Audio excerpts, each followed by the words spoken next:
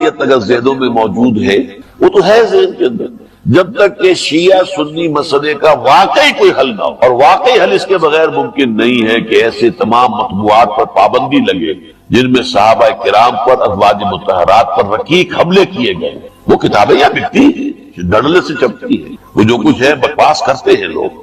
جب تک جڑ ختم نہیں ہوگی، اب ظاہر بات ہے کہ کوئی سنی معاذ اللہ ثم معاذ اللہ کیا حضرت فاطمہ کی شان کی گستاخی کر سکتا ہے؟ کیا حضرت علی کی شان میں گستاخی کر سکتا ہے؟ کیا حضرات حسنین، حضرت حسن، حضرت حسین رضی اللہ تعالیٰ عنہما ان کے بارے میں بات کہہ سکتا ہے؟ ان کی محبت وہ ہمارے لیے جزو ایمان ہے، لیکن وہ کرتے ہیں۔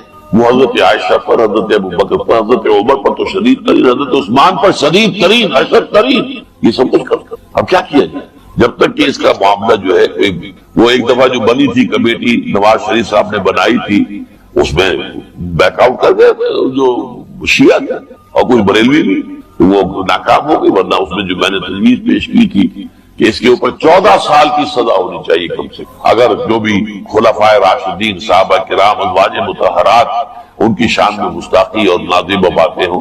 اگر آپ نبی کے شان میں توہین کرنے پر سزائے موت دینے کو تیار ہیں تو صحابہ کرام جو ہے رضوان اللہ تعالی علیہم اجمعین، دین نام ہے ما انا علیہ واصحابی، میرے اور میرے اصحاب کا طریقہ جو ہے وہ اسلام ہے۔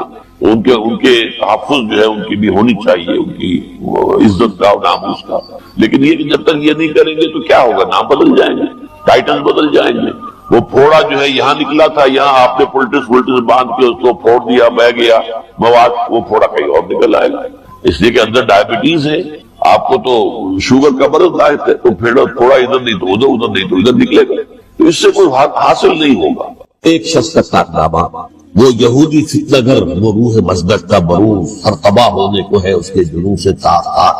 اسی طرح وہ عبداللہ ابن سبا یہودی فتنہ گر۔ آج اہل تشیع میں سے بعض حضرات کہتے ہیں کہ یہ عبداللہ ابن سبا یہ تو افسانوی شخصیت، اس کی حقیقت کوئی تھی ہی نہیں، حالانکہ ان کی اپنی کتاب رجال کشی کے اندر اس کا ذکر موجود ہے۔ اور یہ بھی موجود ہے کہ حضرت علی رضی اللہ تعالیٰ عنہ نے اپنے عہد خلافت میں اسے زندہ چلوایا۔ اس کی وجہ کیا تھی؟ یہ آیا مدینے کے اندر اسلام کا لبادہ اوڑھ کر، اس میں چند عقیدوں کی اشاعت شروع کی۔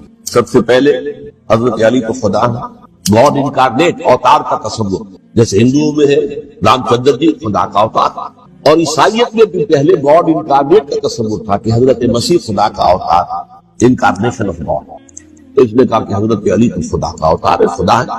نمبر 2، اس نے کہا کہ ہر نبی کا ایک مسیح ہوتا ہے جس کے حق میں وہ وصیت کرتا، تو حضور صلی اللہ علیہ وسلم کے وصی حضرت علی ہے، لہذا خلیفہ تو اول موت سے حضرت علی ہے، حضرت ابو بکر، حضرت عمر، حضرت عثمان، یہ تو غاصب ہے، اور حضرت عثمان کی خلافت تھی اس وقت وہ خاص طور پر۔ پھر اس نے جو قبائلی عصبیت تھی اسے بھڑکایا۔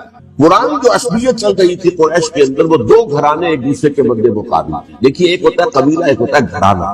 ہمارے پنجاب میں ایک قبیلہ ہے وٹو قبیلہ، اس کے گھرانے بہت سے، مانے کے، لالے کے، سجے کے، شامت کے، یعنی کوئی لالا تھا ان میں سے پڑا، ان کے بیٹے ہو گئے لالے کے، ان کی اولاد، خاندان یہ کہلاتا ہے۔ قبیلہ ہے یہ وٹو قبیلہ۔ تو قبیلہ تھا قریش، اس میں گھرانے بہت تھے، بنو ہاشم، بنو امیہ، بنو تیم، بنو عدی، بہت سے گھرانے تھے۔ تو چوٹی کے دو گھرانے جو تھے وہ بنو ہاشم اور بنو امیہ، ان کے درمیان چپلش تھی، مقابلہ، مسابقت، اور یہ مسابقت فی الخیر بھی ہوتی ہے۔ اگر انہوں نے غریبوں کو کھانے کھلائے ہیں تو ہم ان سے بڑھ کر کھلائیں گے، اگر وہ حاجیوں کی خدمت کرتے ہیں تو ہم ان سے بڑھ کر کریں گے۔ ان کے اندر یہ مسابقت تھی، لیکن چپلش تھی کہ کوئی ہم سے آگے نہ نکل جائے، وہ سمجھتا تھا وہ آگے نہ نکل جائے۔ پر اس شخص نے اس قرآنی عصبیت کو تازہ کیا کہ حضور تو بنو ہاشم میں سے تھی، لہذا خلافت حق ہے بنو ہاشم، یہ غاصب سے۔ اس سے پہلے دو خلفاء جو تھے وہ نہ بنو ہاشم سے تھے نہ بنو امیہ سے۔ حضرت ابوبکر بنو تیم میں سے، چھوٹا قبیلہ، حضرت عمر بنی عدی میں سے تھے، وہ بھی چھوٹا قبیلہ۔ یہ حضرت عثمان پہلے خلیفہ جو بنو امیہ میں سے تھے، جن کی پرانی چپلش بنو ہاشم سے تھی۔ اب اس کو موقع مل گیا کہ پرانی قبائلی اصلیت میں بھڑکایا۔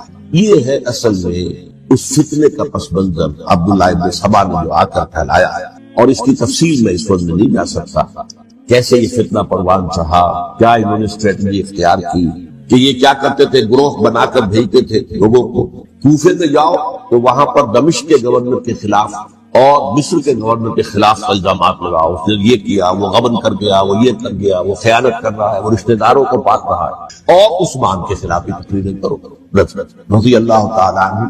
دمشق میں جاؤ تو کوفے کے گورنر کے خلاف، کیونکہ دمشق کے گورنر کے خلاف بات کرو گے تو لوگوں کو معلوم ہوگا کہ یہ جھوٹ بول رہے ہیں، لیکن یہ کہ وہاں پہ تم بات کرو کوفے کے گورنر کے خلاف اور مصر کے گورنر کے خلاف اور حضرت عثمان کے خلاف۔ مصر میں جاؤ تو بات کرو کوفے کے اور شام کے گورنر کے خلاف اور حضرت عثمان کے خلاف۔ یہ انہوں نے ایسا اٹھایا، اور اس زمانے میں آپ کو معلوم ہے ذرائع نشر و رسائی تھے نہیں، نہ اس فتنے کی پتہ چل سکا جب تک کہ وہ فتنہ جو ہے پوری طرح برگ و باغ لا کر تراور درخت بن گئے۔ اس کے نتیجے میں حضرت عثمان رضی اللہ تعالیٰ عنہ شہید، اور خلیفہ حضرت علی رضی اللہ تعالیٰ عنہ کو انہی سوائیوں نے، جنہوں نے گھیراؤ کیا، جنہوں نے حضرت عثمان کو شہید کیا، یہی حضرت علی رضی اللہ تعالیٰ عنہ کے دل ہوئے، اور حضرت علی رضی اللہ تعالیٰ عنہ بھی نہیں چاہتے تھے خلافت کی بیعت لینا، لیکن کیا وہ امت کو بغیر خلیفہ کے چھوڑ دیں؟ حضرت زبیر سے کہا گیا، انہوں نے نہیں مانا، رد کر دیا۔ حضرت طلحہ سے کہا گیا، انہوں نے نہیں مانا، حضرت علی سے کہا گیا۔ اب عشرہ مبشرہ میں سے یہی تو تھے، لہذا انہوں نے تسلیم کر لیا، خلافت ہو گئی۔ لیکن اس کے بعد جو خانہ جنگی ہوئی، اس خانہ جنگی کے نتیجے میں نوٹ کر لیجئے کہ 1,00,000 کے قریب مسلمان ایک دوسرے کی تلواروں اور نیزوں اور برچھیوں اور تیروں سے ہلاک۔ یہ ہماری تاریخ کا تاریخ ترین باب ہے۔ 5 سال، 4.5 سال حضرت علی کی خلافت کے اور 6 مہینے حضرت حسن کی خلافت رضی اللہ تعالیٰ عنہ۔ اس سے کیا ہوا کہ ایک طرف تو اسلام کی جو توسیع ہو رہی تھی، تھمتا نہ تھا کسی سے سیل رواں ہمارا، وہ سیلاب ہو گیا، انٹرنل سیبوٹاج ہو گئی نا، اب تو اندر ہی آپس ہی میں اگر دستوں غریبان ہو گئے تو باہر اب کیا توسیع کرتے، وہ توسیع کا عمل ہو گیا۔ اور یوں سمجھئے کہ جیسے ٹرک اگر کبھی چل رہا ہو، بھرا ہوا ہو لوڈنگ، اور وہ چڑھائی چڑھ رہا ہو تو اگر کہیں موشن ٹوٹ جائے، ٹرک کو رکنا پڑے تو ڈرائیور کے جان پر بن جاتی، اس لیے کہ اس کو دوبارہ سٹارٹ کرنا، اور جبکہ وہ چڑھائی پر ہے، انکلائن پر آسان کا خطرہ ہوتا ہے وہ پیچھے جو ہے وہ نہ جائے۔ اور پہاڑی علاقوں میں آپ کو معلوم ہے ذرا پیچھے چلے جانے کا مطلب جو ہے بہت خطرناک جو ہے نتیجہ نکل سکتا۔ بہرحال حضرت علی رضی اللہ تعالیٰ عنہ نے اپنے خلافت میں ایک کام یہ کیا، اب اس کی کیا مصلحتیں تھیں یہ تو انہی کے علم میں ہوگا، ہم قیاس کر سکتے ہیں اور میں اس میں نہیں جانا چاہتا۔ ابھی تک خلافت کا مرکز تھا مدینہ منورہ، حضرت ابوبکر، حضرت عمر، حضرت عثمان، وہی جہاں حضور صلی اللہ علیہ وسلم رہے اور جہاں پر کے حضور مدفون تھے، لیکن حضرت علی نے اپنا مرکز جو ہے وہ کوفہ۔ اچھا، اس کی ایک ظاہری وجہ یہ سمجھ میں آتی ہے کہ اسلام کا جو پھیلاؤ ہو گیا تھا، وہ سلطنت اتنی وسیع ہوئی کہ مدینہ منورہ بہت جنوب میں اور بڑے صحرا کو عبور کر کے جانا ہے۔ کوفہ جبکہ ایسی مقام پر تھا کہ جہاں سے مشرقی راستہ جا رہا ہے ایران کو، عراق کے اندر تو ہے وہ شہر کوفہ، اور پھر ایران و خراسان اور ہندوستان کو راستہ جا رہا ہے، وہیں سے شمال کی طرف جا رہا ہے، شام کی طرف اور ترکی کی طرف، اور وہاں سے پھر یہ کہ مغربی افریقہ کو بھی کنٹرول کرنا، جو شمالی افریقہ کو بھی آسان تھا۔ بہرحال حضرت علی نے کوفہ کو اپنا مرکز بنایا، اور نتیجہ یہ ہوا کہ سبائیوں کا بھی مرکز نہیں، چونکہ انہوں نے اپنے آپ کو گردا گرد رکھا حضرت علی کے رضی اللہ عنہ۔ اب ظاہر بات ہے کسی پرٹیکولر پرسن کے خلاف تو کوئی مقدمہ موجود تھا نہیں، بلکہ جب جنگ جمل ہو رہی تھی، ابھی جنگ نہیں ہوئی تھی، حضرت عائشہ، حضرت طلحہ، حضرت زبیر وہ لے کر آئے تھے اس مطالبے کے لیے کہ حضرت عثمان کے قاتلوں کو سزا دی جائے، قصاص لیا۔ حضرت علی رضی اللہ تعالیٰ عنہ سے گفت و شنید ہو رہی تھی، حضرت علی جو ہے اس پر آمادہ ہو گئے کہ ٹھیک ہے، میں جو بھی قاتلین عثمان ہیں ان کو گرفتار کر کے سزا دوں۔ اسی وقت کوفے کی مسجد کے اندر جو ہے 10,000